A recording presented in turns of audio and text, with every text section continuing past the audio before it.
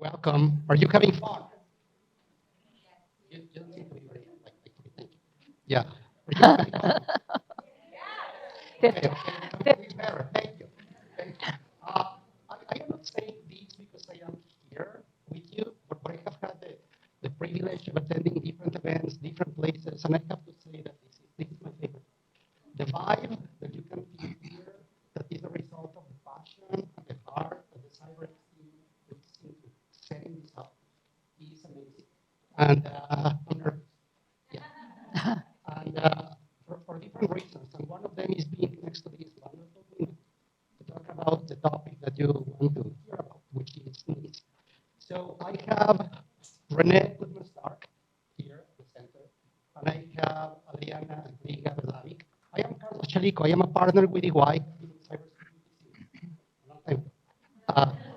I was born and raised in Mexico. That's why I will get this lovely Latin accent. And in addition to working for EY, I also teach for the University of Toronto, cybersecurity and privacy.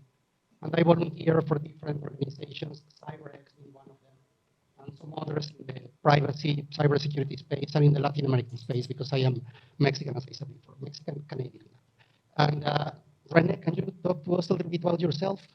Sure. My name is Renee Guttmann, and I think the most redeeming thing that I can offer is that I was actually born in Canada. I now live in Florida. I've lived exactly half my life in the US now, and that's where I got my start in cyber in 1994. And it was a journey, and I'm actually doing some of the gala tonight. I was one of the first females in our industry. There were 5 vendors when I started.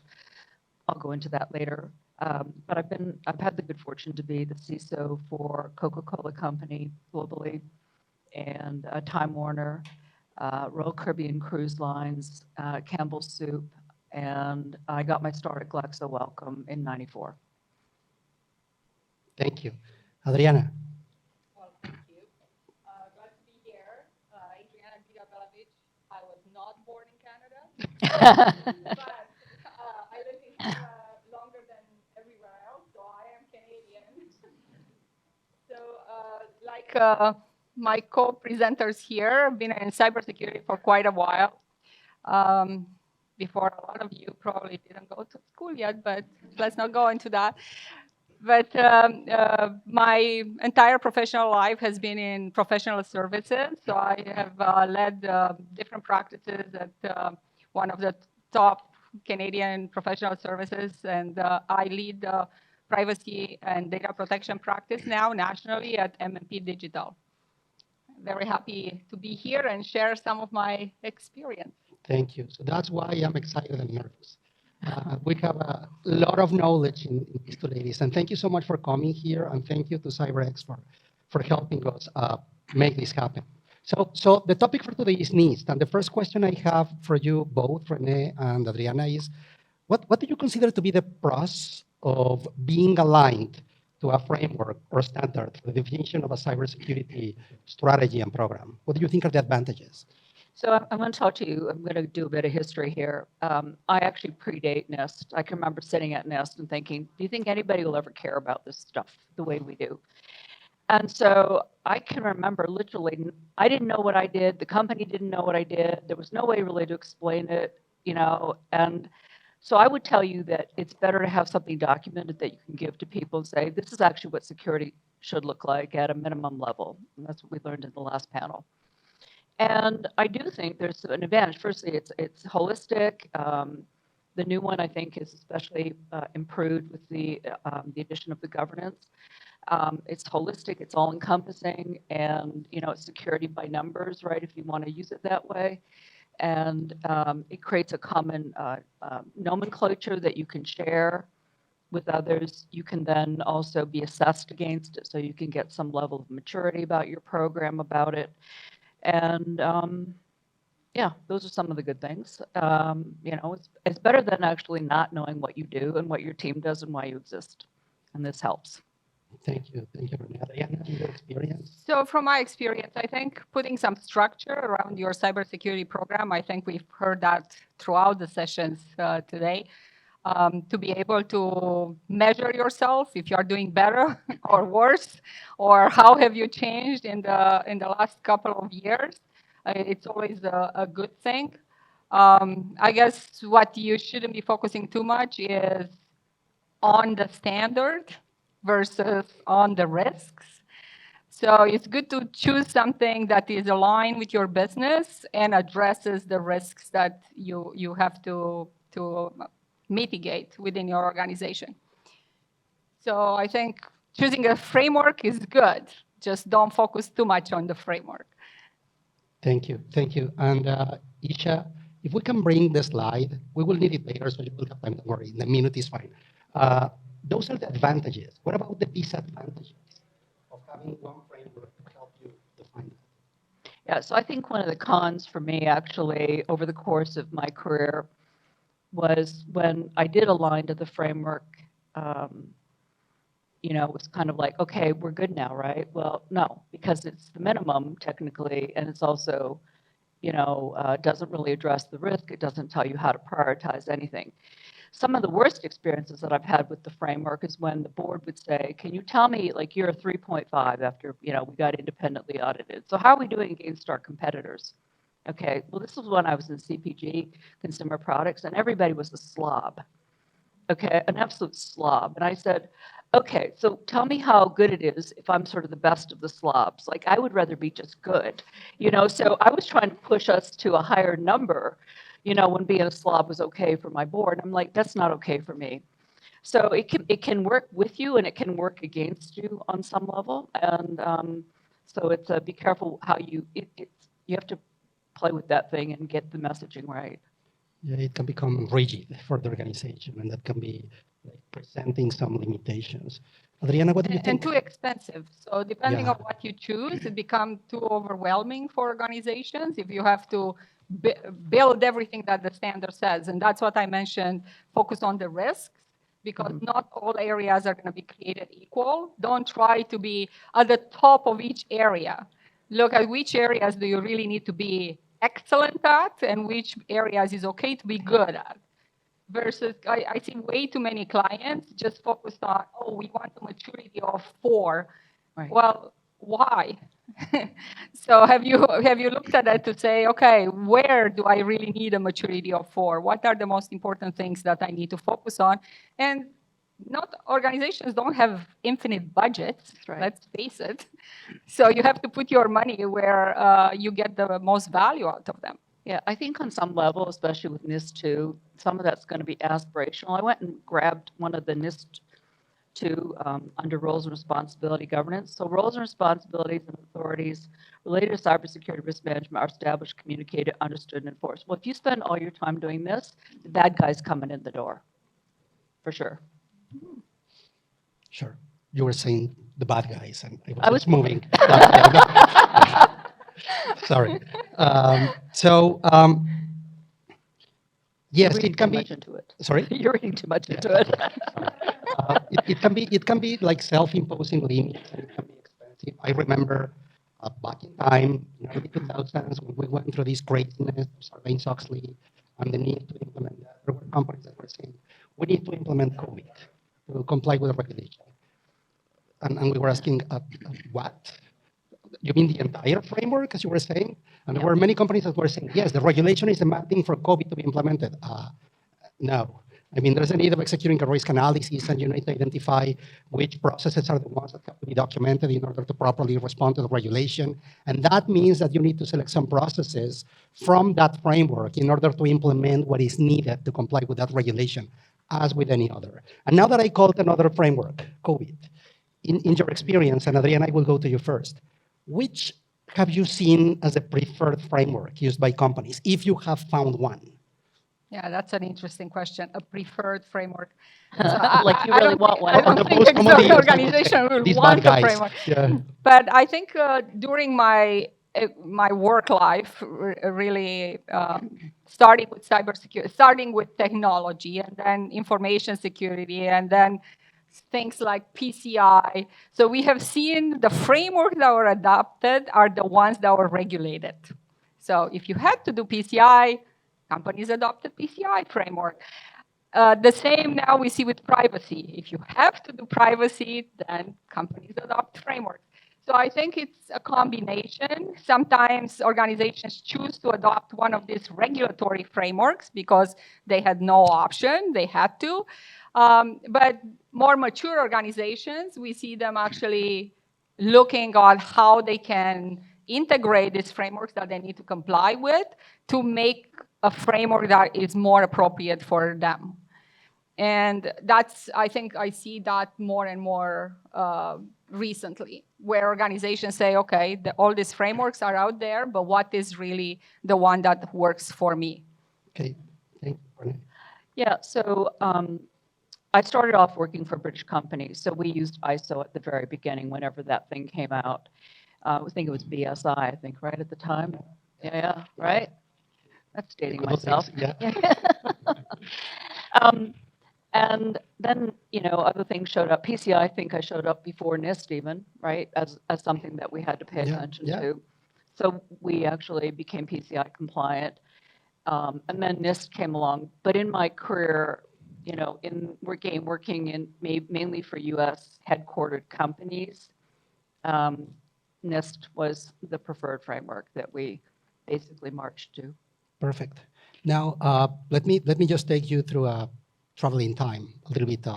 So what you're seeing on the screen, and I am perfectly sure that you can read it perfectly well. Of course, it's a joke. And we will be sharing this slide with you.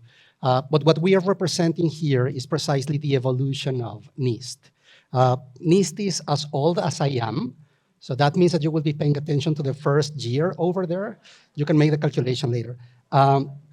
But you can see how NIST started with a different name. The MBS, or the National Bureau of Standards, in that year started with the intention of precisely doing that, creating standards for different sectors, for different purposes. And then it started evolving. And I think one of the strengths that COVID, excuse me, oh, sorry, you have already seen which is the framework that I typically work with. One of the strengths that NIST has is that I think they have paid attention to a lot of details in its evolution. And one of the strengths that I see in the NIST framework today is precisely some of the depth it has on technicalities. There are some other frameworks that are more focused on internal control and in more, I will say, administrative matters. But this one goes a little bit deeper on the technical side. And my interpretation of that is precisely the evolution the framework has had over time. We can see how, as time was passing by, there was a very specific standard for role-based access control. There was another one for password management. There was another one for dealing with digital signatures and so on. Then 2014 was the year when we finally had the first version of the cybersecurity framework that was supposed to be focused on sensitive operations, on critical institutions, mission-critical institutions. But it was a really good proposal, and it was presenting us with really strong leading practices. So it started to become one of the preferred frameworks. In my experience, from what I have seen when I was in Mexico and out here, just as Renee and Adriana were saying, I noticed first that evolution in early 2000s, there was a preference of thinking of COVID because of Sarbanes-Oxley. Yeah. Then I started seeing a lot of attention being placed on ISO because of this wave on the relevance of being certified on cybersecurity. There were many companies that were not looking for certification, but even with that, they were like inclined and interested in learning more about what these frameworks were presenting. And then we have NIST, that definitely more practical. Then January 2020, as a consequence of the evolution of privacy regulations and of course the GDPR, NIST thought of doing something on the privacy space. And if I'm not mistaken, NIST was the first one that came with this idea or this proposal of having a couple of frameworks in the fields that were able to get interconnected. So that if you define a cybersecurity program, a cybersecurity model, you will be able to create another one for privacy that were able to get connected. And now we are seeing the evolution coming of the cybersecurity privacy framework, and we see now the one for the cybersecurity one. So with that in mind, with this journey in time, what is making the NIST framework framework not popular from your perspective? What do you think is the reason that people is thinking of this framework to consider it for privacy programs, privacy standards, even considering the new version of that? Do you want to start, Adriana, on that? Well, I guess organizations who have to comply with a lot of different regulations, they might look at having a standardized way of doing things. So they do one assessment. A lot of my clients today are telling me, oh, I have to do all these audits. We have audit fatigue. We are doing CISO, and then we are reviewing against NIST, and then we do privacy audits, and then we do PCI. So it's like the full year of audits. So if you can look at having a framework that addresses multiple areas, I think organizations are looking more to figure out a way to get away from so many audits. Also, I think NIST, if we look at even at the evolution, no framework is going to address everything. So if you look at the evolution, you see as new technology changes happen, new guidance came out. So they've been really good at coming up with new guidance. And I'm sure this is not going to be the last version of NIST either. Yeah. They will have to come with new guidance. I mean, we talk AI today. NIST was not created for AI. Yeah. So now we need new guidance for things. But they have one now, right? They have the NIST framework, right? That's what I'm saying. Yeah. So they are Yeah. adding things in guidance. And when you have a way of maintaining that, it's easier for organizations to deal with it. Now, that being said, it's not the best for every organization. Yeah, thank you. So you can use guidance also. You don't necessarily have to use NIST for everything, but you can use some of their guidance documents. Thank you. Thank you, Renee. Yeah, so I want to share something, and I apologies, I don't really know if it's completely relevant. I think it might be. So in the States, there's an organization called the National Association of Corporate Directors, it's the NACD. And the NACD determined that boards really ought to know more about cyber. So they created a training program, and they run sessions. It's nacd.org. They run training sessions, and boards can actually become certified in cyber. And if you want to aspire to be a board, you can actually take a pre-board training through the NACD so that you can become board ready. Just throwing that out there. But they have a book, and this book, it's on the third version. I think it started at 25 pages, and then it went to 79. It's over 100. There's 4 principles in here, but the 4th principle that a board should actually be able to, weigh in on or look for is an enterprise framework for managing cyber risk. And then it goes on to explain why it's important, what it's important, questions you should ask your CISO. It's a really good cheat sheet if you want to get inside the head of a board member. But they literally talk all over NIST. I mean, so for them, and I never really went in front of a board in the U.S. that really didn't want me to talk about NIST. I mean, that's what they've been taught. That's what they're running with, and I think this is really making it more important, especially if you take those courses, in the U.S. And can't imagine why, boards in Canada wouldn't, especially on multinationals. Actually, I mean, there's 23,000 members already, as part of that organization. Thank you, Renee, and I think it is very relevant. Please correct me if I'm wrong. I understand that there's a soft version available online from nacd.org. Is that right? It is, yeah. NACD online. You can hit me up for it. Sometimes it makes you it crazy. It says something like, "Well, you must be a member." You don't, because actually it came out in with CISA. It came out. Jen Easterly. She says, she actually announced it. You can get this. We can make. It's called Director's Handbook on Cyber Risk Oversight. 100 pages. You can see that it's well worn. I tell people if I ever find it missing, they're in deep doo-doo. But it's my. I don't want to call it the Bible, but for me, it's how I got through my entire career. Was with this, knowing what the board was going to ask me, was powerful. And I would invite you. Does anyone know this material? It's pretty good. Thank you. We prepared a EY report on how companies were overseeing cybersecurity risk in Canada, and that's something we did with CPA Canada a couple of years ago. And one of the sources we went to in order to take some ideas and to take some structure was precisely. So if you haven't had a chance to go through it, please do that. The document, as I said, is freely available from the website. Yeah. So now that we are talking about NACD and that we have approached other frameworks, excuse me, something I have seen is that companies tend to go not only with one framework when it comes to cyber, they prefer to go with something I call cocktail of frameworks. I don't know if I'm just getting ready tonight. But what's your impression of that? Is that common, not common? What have you seen?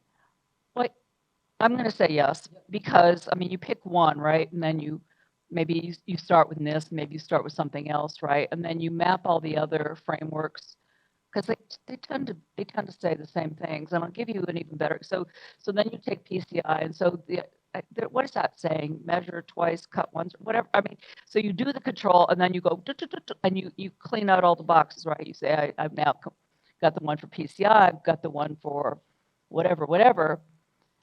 So when I worked for Royal Caribbean, there's a maritime framework. Yeah. And that maritime framework, if you hold it up to light, you'll see a lot of the same things that are sitting there in NIST. But, it became sort of important for me then to be able to look at maritime, which was actually a lot of IT and OT. It was mainly a lot of OT, but there was the governance element, right? So for me, that one was probably a little more special in that, that there were more things in there that didn't overlap with PCI, for example. But yeah, that's what we did. So I think from my perspective, and we are talking Canada, we have a lot of multinationals that might be working not necessarily just in North America, but even in other places. So I find that sometimes they adopt ISO. ISO is a very high level framework. Yep. You can't implement the ISO framework. So they might be using some other framework that are more prescriptive. So if they have payment cards, they might be using PCI for the controls in that environment. If they do SWIFT, they might be using the SWIFT framework. So organizations tend to choose a framework and then use additional things that will help them fit for purpose for their organization. And the ones that are regulated, they have no option. So they have to use multiple frameworks, energy and utilities, financial services, lots of different frameworks. But as Renee said, being able to hold them at light and see where the differences are and not making yourself too complicated in the design of your framework, I think that's the main thing that you need to focus on. Thank you. I am sure that you have many questions for these two ladies. So please start getting ready for asking questions. We will go through a couple of more questions for you. And then we will open the floor for questions and answers. So please wait. So Adriana, you were saying earlier that regulations are always an element that push for the adoption of frameworks. I think that something that companies need to understand is that that's not necessarily the right way to do things. Of course, regulations provide you with what you must do because there are rules to follow. But I think that before reaching that point, you need to understand what is it that you need to do because that's what everyone is expecting. We have seen that right now younger generations are expecting for companies to put individuals at the center and to have a different approach. What do you think of that? How would you say that this is something that companies need to do? Yeah, focus on business outcomes. How do you help the organization do what they are focused on doing as a business, but in the same way protect itself? Because if you don't, then you either gonna lose your competitive advantage or your client trust, or you'll be out of business because somebody took your IP.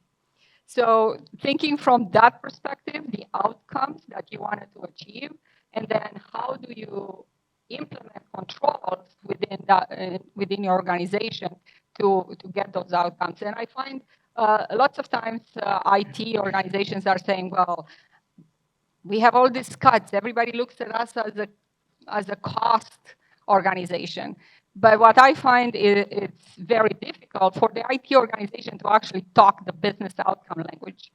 So as IT professionals, we need to learn how to talk the business language, because then you are going to get the support that you need to implement the programs that you need. And I talked about frameworks and regulatory requirements. So regulatory requirements are not sufficient. If you are looking at it as a checkbox that you need to do once a year, that's not going to mitigate your risk. So you need to build those within your business as usual processes and monitor the risk rather than use the framework as a checklist. So here's some good news. In the NIST framework, it says adequate resources are allocated commensurate with the cybersecurity risk strategy, roles, responsibilities, and policies. See, that means you've got like an endless bucket of money. I'm sure every organization does. Yeah. Yeah, it says right here. It says you have an endless bucket of money. How many times did you go somewhere and they said, oh, you are a team of one? Oh, that was Congratulations. me, myself, and I. That was the team of one. I actually got budget that way. I told my boss that me and I don't get along. So I want to talk about the states. I would say it's slightly more complicated in the states. We have a lot more regulatory, a lot more people willing to sue people. You know, it is what it is. So the new SEC rule came out. It's really around. It's got a really long name. I don't cyber risk security disclosure, and so it says things like the SEC was formed to really protect investors. There's two parts to the rule. One is you have to be more transparent about your program if you're a public company. So I actually studied the annual reports from 2022 and 2023.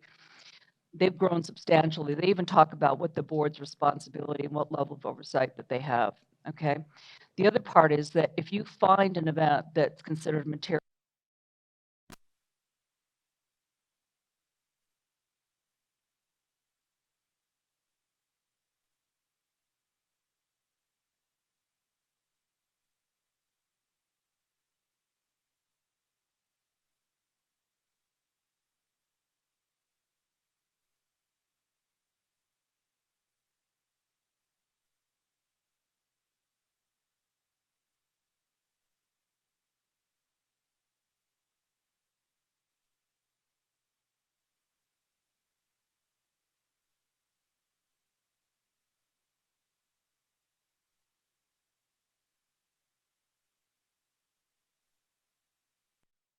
to trial, and he could go to jail. So in the US, there's a lot more interest in sort of what do these darn things say? Am I being reasonable to the darn thing? So the regulations in the US are a little bit more like a hammer or something waiting to clobber you over the head. And so I think that people are, paying attention to these things. They're sharing them with the board so that the board can have adequate oversight, because that's their job. I mean, if you read what Microsoft, when they got in trouble, like, again, their culture was not secure. So it's slightly different, I would say, in the US. And there is enforcement, and CISOs are actually bailing on the whole thing because they're like, I don't want to go to jail. Keep me as the deputy. I don't need to be the top dog. Something else. So we talked about the organization, but I think we need to look from the perspective of the customers too. Yeah, so we live in the digital age. You mentioned COVID. We digitized everything during COVID. And now our next generation of customers have been always connected. Yeah. They expect their information to be secure, our applications to be having privacy and security in them. So it's not like you can say, oh, I decide not to have a framework or not to do anything, because it's expected of you. This is the new reality. Yeah. Thank you. So last question before we open the floor for questions and answers. There's many people I'm sure in the room that is going through perhaps a NIST implementation or thinking of implementing NIST. Is there any advice you have for them now? Adriana, do you want to start? Yeah, start with the basics. And build on. Don't try to do everything at the same time. Understand what is important to you. We were talking about crown jewels. What are you trying to protect? And then go from there.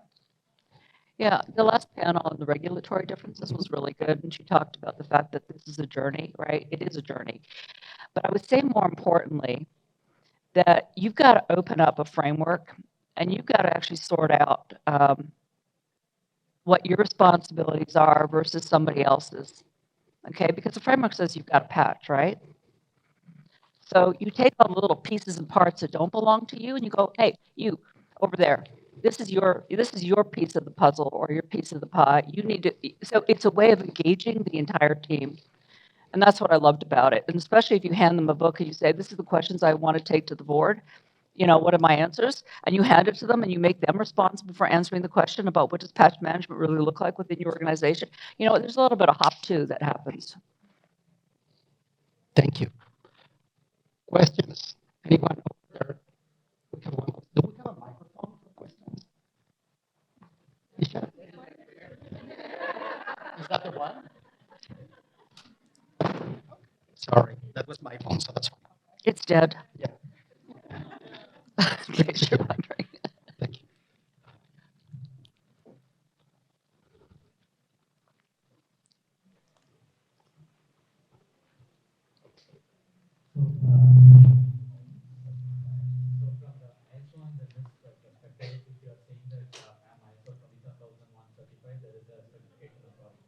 But from the NIST perspective, we don't have any certification authority.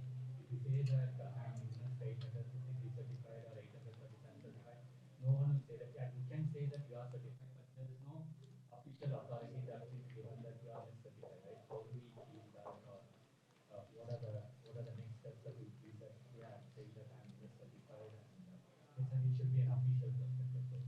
So, what's your thoughts on that? Thank you. So just to rephrase the question, you are asking if there's any plan on making NIST certifiable? Yeah, it's an official authority like CISO. Yeah. If there is any plan for it. Thank you. Have you heard anything on that? I haven't. I have to say. No, I mean, it's voluntary, right? So what happens is your auditors come in and they assess you and then they give you your scorecard. Generally, that's what happens. Good luck getting cyber insurance in the US if you're not basically following some of the NIST framework. So that's as big of an enforcement as I can think, because if you're not going to get cyber insurance, I'm pretty sure that your board's going to want to know why that is. So that's one level of, stick. Honestly, you have to look at why you need to be certified. So, if you are a provider of platforms, you might be able to do a SOC report, third-party assurance, versus to have ISO certification. If your customers are asking for it, then it's a little more difficult, obviously. But certification, as I mentioned before, is one thing, doesn't make you secure. Just because you have the certification, you can still be the next on the list of breach tomorrow. Yeah. So yes, we don't know about any plans of making this certifiable. But I would echo what Adriana was pointing right now. Understanding the business purpose to get that certification in order to find out what's the right certificate to have is the key to doing this. And this can help, but cannot be certified. Thank you. Any other questions? Or, and then there's one over there. So maybe my question is very specific to Moiro, but speaking about NIST CSF, so it suggests some functions, categories, and subcategories that it suggests that you have some controls in place based on those. Normally, the companies, they have their own scoring system. Is there any standard scoring system that is suggested by NIST that we can see how much, in what percentage are we in compliance with the NIST framework? I believe there is a maturity assessment Yeah. in NIST with a 1 to 4 rating, and it tells you what you are supposed to be, the level of complexity of your controls and the implementation to get there. Yeah, you can use implementation levels that are provided by NIST itself for the purpose. There's, as far as I remember, another NIST standard. I cannot remember the code. There is 800? focused on risk management. Risk management, 853. I think so, yeah. 853, I think. And that has like a risk scale and a model that is a little bit more in depth on risk management that can be somehow connected to the NIST cybersecurity. Not an actual connection, but you can have that. So hopefully I responded to that. Got it. Thank you. Yeah, thank you. Thank you. And We have One right here. Right here. and then the last one over there. Hopefully we'll get more time in addition. Hi. So lovely talk. Loved hearing about what you guys are all about and what you're passionate about. I just have a question. I don't know if anyone has asked you of this, but sometimes what we expect isn't always regulation or is not always in the NIST framework, and sometimes things can clash. Have you ever dealt with any situation like that where regulations clash with the framework or frameworks clash with each other? And if so, what have you done? What are your initial thoughts? Thank you. I remember the last century. And yes, we had issues like that.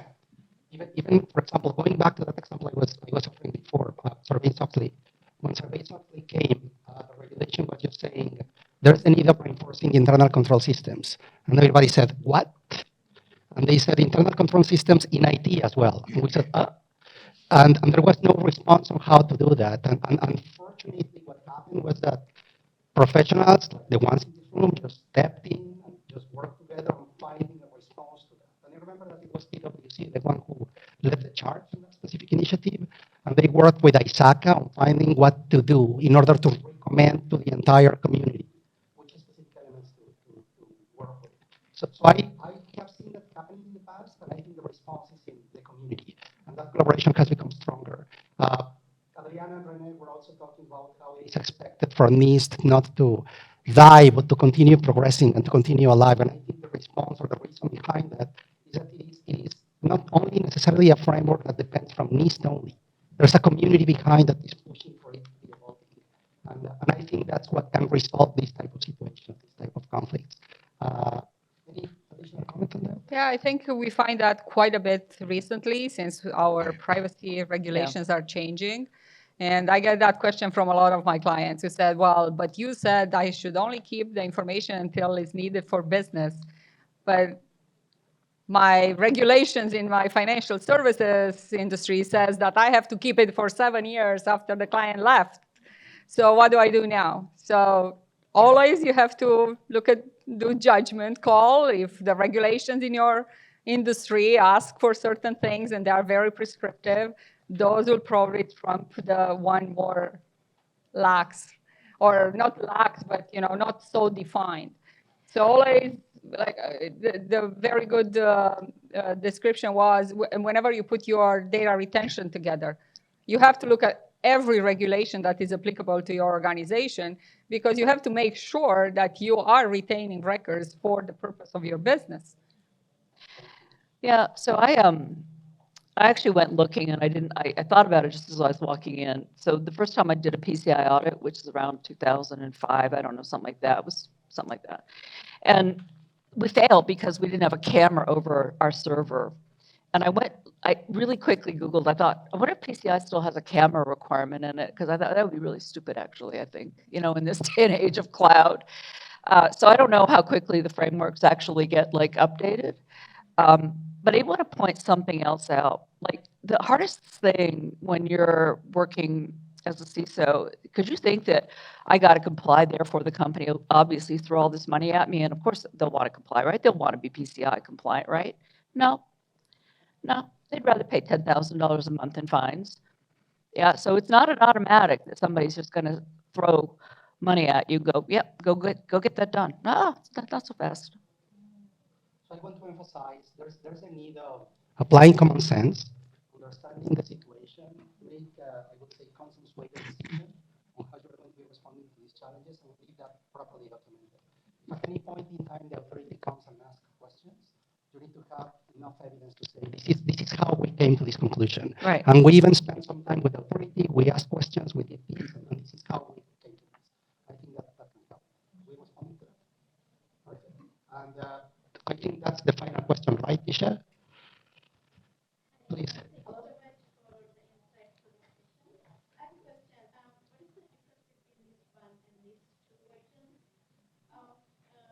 Framework, and is it mandatory for the organizations to follow, update it with the NIST 2 or NIST 1 will work?